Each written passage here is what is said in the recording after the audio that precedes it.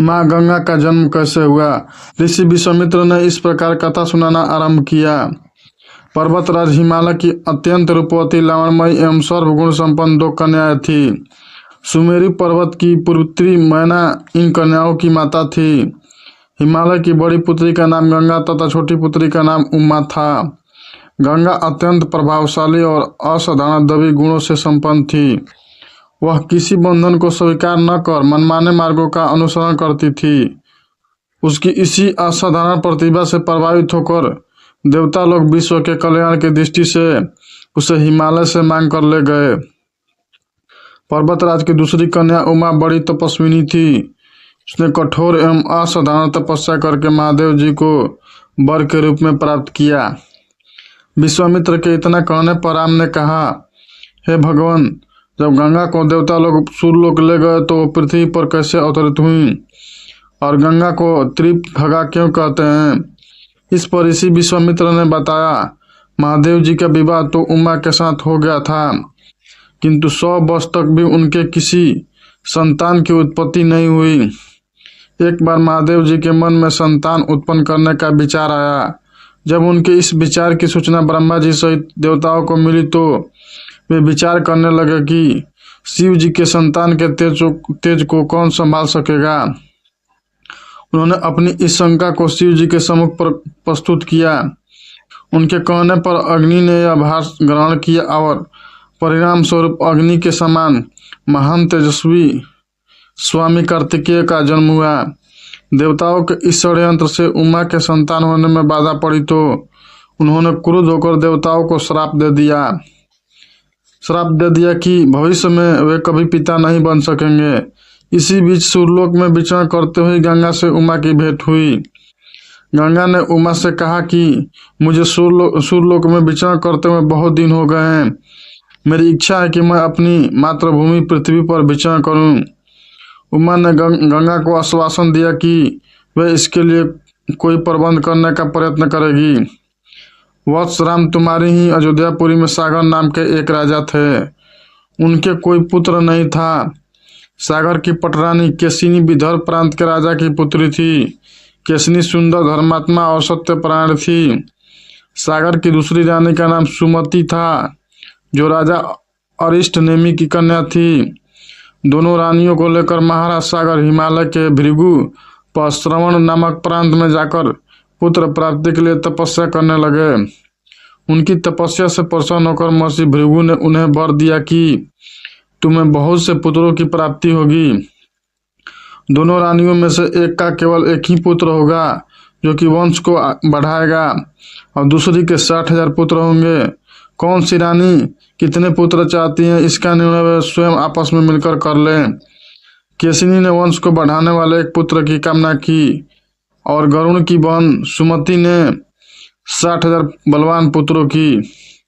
उचित समय पर रानी केशिनी ने असमंजस नामक एक पुत्र को जन्म दिया। रानी सुमति के गर्भ से एक तुम्बा निकला। इसे फोड़ने पर छोटे छोटे 60,000 पुत्र निकले। उन सब का पालन पोषण घी के घड़ों में रख कर किया गया। काल चक्र बीतता गया और सभी राजकुमार जुआ हो गए। सागर का ज्येष्ठ पुत्र असमंजस बड़ा दुराचारी था और उसे नगर के बालकों को सरजू नदी में फेंककर उन्हें डूबते हुए देखने में बड़ा आनंद आता था। इस दुराचारी पुत्र से दुखी होकर सागर ने उसे अपने राज्य से निर्वासित कर दिया। असमंजस के अंशुमान नाम का एक पुत्र था। अंशुमान अत्यंत सदाचारी और पराक्रमी था। एक दिन राजा सागर के मन में अश्वमेघ यज्ञ करने का विचार आया। शीघ्र ही उन्होंने इस विचार को कार्य रूप में परिणत कर दिया। राम ने ऋषि विश्वामित्र से कहा, गुरुदेव, मेरी रुचि अपने पूर्वज सागर की यज्ञ गाथा को विस्तार पूर्वक सुनने में है, अतः कृपा करके इस वृत्तांत को पूरा सुनाइए। राम के इस तरह कहने पर ऋषि विश्वामित्र प्रसन्न होकर कहने लगे, राजा सागर ने हिमालय एवं विंध्याचल के बीच की हरी भरी भूमि पर एक विशाल यज्ञ मंडप का निर्माण करवाया। फिर अश्वमेध यज्ञ के लिए श्यामकर्ण घोड़ा छोड़कर उसकी रक्षा के लिए पराक्रमी अंशुमान को सेना के साथ साथ उसके पीछे पीछे भेज दिया। यज्ञ की संभावित सफलता के परिणाम की आशंका से भयभीत होकर इंद्र ने एक राक्षस का रूप धारण करके उस घोड़े को चुरा लिया। घोड़े की चोरी की सूचना पाकर सागर ने अपने 60,000 पुत्रों को आदेश दिया कि घोड़ा चुराने वालों को पकड़कर या मारकर घोड़ा वापस लाओ। पूरी पृथ्वी में खोजने पर भी जब घोड़ा कहीं नहीं मिला तो इस आशंका से किसी ने घोड़े को तहखाने में न छुपा रखा हो, सागर के पुत्रों ने संपूर्ण पृथ्वी को खोदना आरंभ कर दिया। उनके इस कार्य से असंख्य भूमि तल निवासी प्राणी मारे गए। खोदते खोदते वे पाताल तक जा पहुंचे। उनके इस नृशंस कृत्य की देवताओं ने ब्रह्मा जी से शिकायत की तो ब्रह्मा जी ने कहा कि ये राजकुमार क्रोध एवं मद में अंधे होकर ऐसा कर रहे हैं।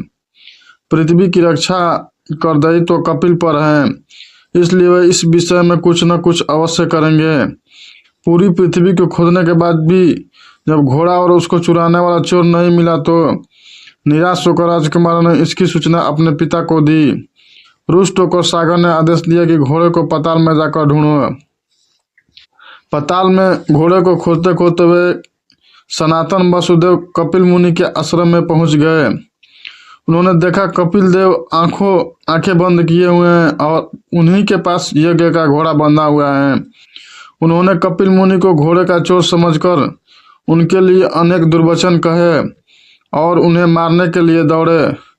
सागर के इन कुकृत्यों से कपिल मुनि की समाधि भंग हो गई। उन्होंने क्रुद्ध होकर सागर के उन सब पुत्रों को भस्म कर दिया। जब महाराज सागर को बहुत दिनों तक अपने पुत्रों की सूचना नहीं मिली तो उन्होंने अपने तेजस्वी पौत्र अंशुमान को अपने पुत्रों तथा घोड़े का पता लगाने के लिए आदेश दिया। वीर अंशुमान सशस्त्र रूप से सुसज्जित होकर उसी मार्ग से पाताल की ओर चल पड़ा जिसे उसके चचाओं ने बनाया था। मार्ग में जो भी पूजनीय ऋषि मुनि मिले उनका यथोचित सम्मान करके अपने लक्ष्य के विषय में पूछता हुआ उस स्थान तक पहुंच गया जहां पर उसके चचाओं के वशीभूत शरीरों की राख पड़ी थी और पास ही यज्ञ का घोड़ा चल रहा था। अपने चचाओं के वशीभूत शरीर को देखकर उससे बहुत दुख हुआ। उसने उनका तर्पण करने के लिए जलाशय की खोज की किंतु उसे कहीं जलाशय दिखाई नहीं पड़ा। तभी उसकी दृष्टि अपने चचाओं के मामा गरुण पर पड़ी। उन्हें सादर प्रणाम करके अंशुमान ने पूछा कि बाबा जी, मैं इनका तर्पण करना चाहता हूँ। पास में यदि कोई सरोवर हो तो कृपा करके उसका पता बताइए। यदि आप इनकी मृत्यु के विषय में कुछ जानते हो तो वो अभी मुझे बताने की कृपा करें। गरुण जी ने बताया कि किस प्रकार उसके चचाओं ने कपिल मुनि के साथ उदंड व्यवहार किया था, जिसके कारण कपिल मुनि ने उन सबको भस्म कर दिया। इसके पश्चात गरुण जी ने अंशुमान से कहा कि वे सब अलौकिक शक्ति वाले दिव्य पुरुष के द्वारा भस्म किए गए हैं, अतः लौकिक जल से तर्पण करने से इनका उद्धार नहीं होगा। केवल हिमालय की ज्येष्ठ पुत्री गंगा के जल से ही तर्पण करने पर इनका उद्धार संभव है। अब तुम घोड़े को लेकर वापस चले जाओ जिससे कि तुम्हारे पितामह का यज्ञ पूरा हो सके। गरुण जी की आज्ञा अनुसार अंशुमान वापस अयोध्या पहुंचे और अपने पितामह को सारा वृत्तांत सुनाया। महाराज सागर ने दुखी मन से यज्ञ पूरा किया। वे अपने पुत्रों के उद्धार करने के लिए गंगा को पृथ्वी पर लाना चाहते थे, पर ऐसा करने के लिए उन्हें कोई भी युक्ति न सूझी। थोड़ा रुककर ऋषि विश्वामित्र कहा, महाराज सागर के देहांत के पश्चात अंशुमान बड़ी न्यायप्रियता के साथ शासन करने लगे। अंशुमान के परम प्रतापी पुत्र दिलीप हुए। दिलीप के वयस्क हो जाने पर अंशुमान दिलीप को राज्य का भार सौंपकर हिमालय की कंदराओं में जाकर गंगा को प्रसन्न करने के लिए तपस्या करने लगे, किंतु उन्हें सफलता नहीं प्राप्त हो पाई और उनका स्वर्गवास हो गया। उधर जब राजा दिलीप का धर्मनिष्ठ पुत्र भगीरथ बड़ा हुआ तो उसे राज्य का भार सौंपकर दिलीप भी गंगा को पृथ्वी पर लाने के लिए तपस्या करने चले गए, पर उन्हें भी मनोवांछित फल नहीं मिला।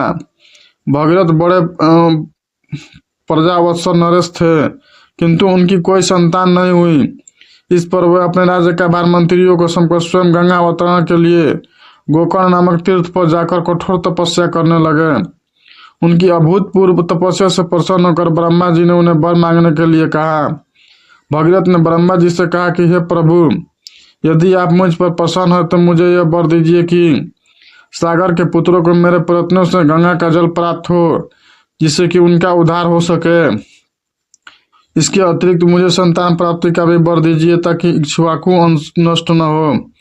ब्रह्मा जी ने कहा कि संतान का तेरा मनोरथ शीघ्र ही पूर्ण होगा, किंतु तुम्हारे मांगे गए प्रथम वरदान को देने में कठिनाइयां हैं कि जब गंगा जी के वेग के साथ पृथ्वी पर अवतरित होगी तो उनके वेग को पृथ्वी संभाल नहीं सकेगी। गंगा जी के वेग को संभालने की क्षमता महादेव जी के अतिरिक्त किसी में भी नहीं है। इसके लिए तुम्हें महादेव जी को प्रसन्न करना होगा। इतना कहकर ब्रह्मा जी अपने लोक को चले गए। भगीरथ ने साहस नहीं छोड़ा। वे एक वर्ष तक पैर के अंगूठे के सहारे खड़े होकर महादेव जी की तपस्या करते रहे। केवल वायु के अतिरिक्त उन्होंने किसी अन्य वस्तु का भक्षण नहीं किया। अंत में इस महान भक्ति से प्रसन्न होकर महादेव जी ने भगीरथ को दर्शन देकर कहा कि हे भक्त श्रेष्ठ, हम तेरी मनोकामना पूरी करने के लिए गंगा जी को अपने मस्तक पर धारण करेंगे। इसकी सूचना पाकर विवश होकर गंगा जी को सूर्यलोक का परित्याग करना पड़ा। उस समय वे सूर्यलोक से कहीं जाना नहीं चाहती थी। इसलिए वे यह विचार करके कि मैं अपने प्रचंड वेग से शिव जी को बहाकर पाताल लोक ले जाऊंगी, वे भयानक वेग से शिव जी के सिर पर अवतरित हुई। गंगा के इस वेगपूर्ण अवतरण से उनका अहंकार शिव जी से छुपा न रहा। महादेव जी ने गंगा की वेगवती धाराओं को अपने जटाजुट में उलझा लिया। गंगा जी अपने समस्त प्रयत्नों के बाद भी महादेव जी के जटाओं से बाहर न निकल सकी। गंगा जी को इस प्रकार शिव जी की जटाओं में विलीन होते देख भगीरथ ने फिर शंकर जी की तपस्या की। भगीरथ के इस तपस्या से प्रसन्न होकर भगवान शंकर ने गंगा जी को हिमालय पर्वत पर स्थित बिंदुसर में छोड़ा।